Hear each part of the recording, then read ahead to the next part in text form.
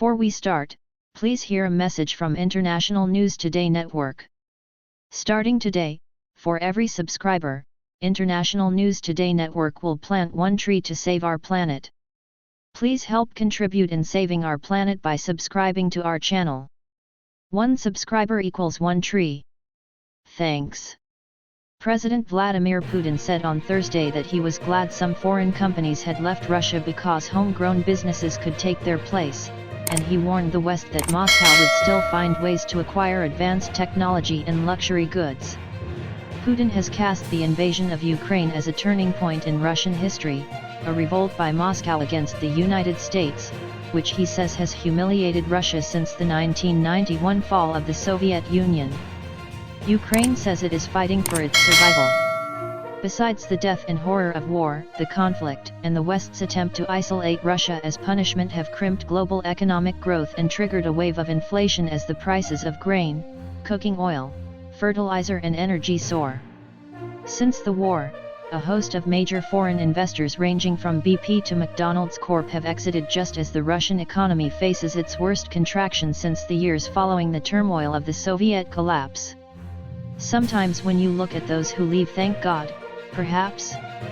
We will occupy their niches, our business, our production. It has already grown, and it will safely sit on the ground prepared by our partners, Putin said.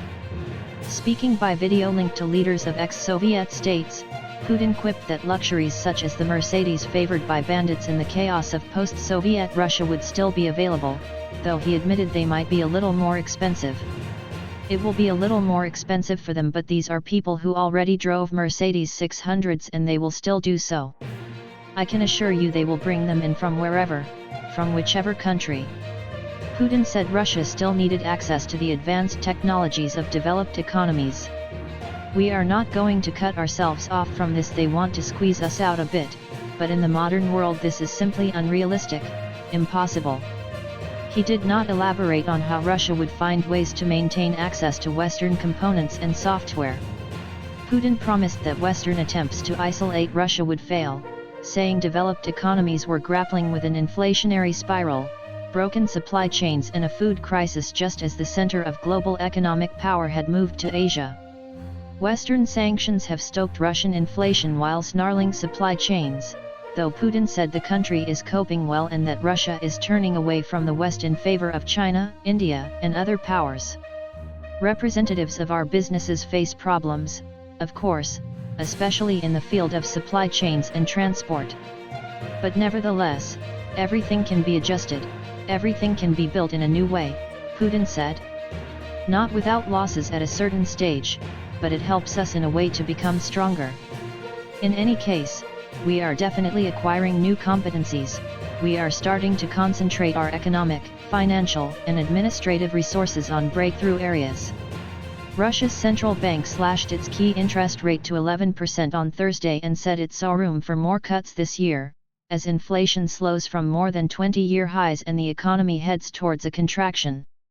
Russia's February 24 invasion of Ukraine has killed thousands of people, displaced millions more and raised fears of the most serious confrontation between Russia and the United States since the 1962 Cuban Missile Crisis. Putin says the United States was using Ukraine to threaten Russia through NATO enlargement and Moscow had to defend against the persecution of Russian-speaking people. Ukraine and its Western allies reject these as baseless pretexts to invade a sovereign country.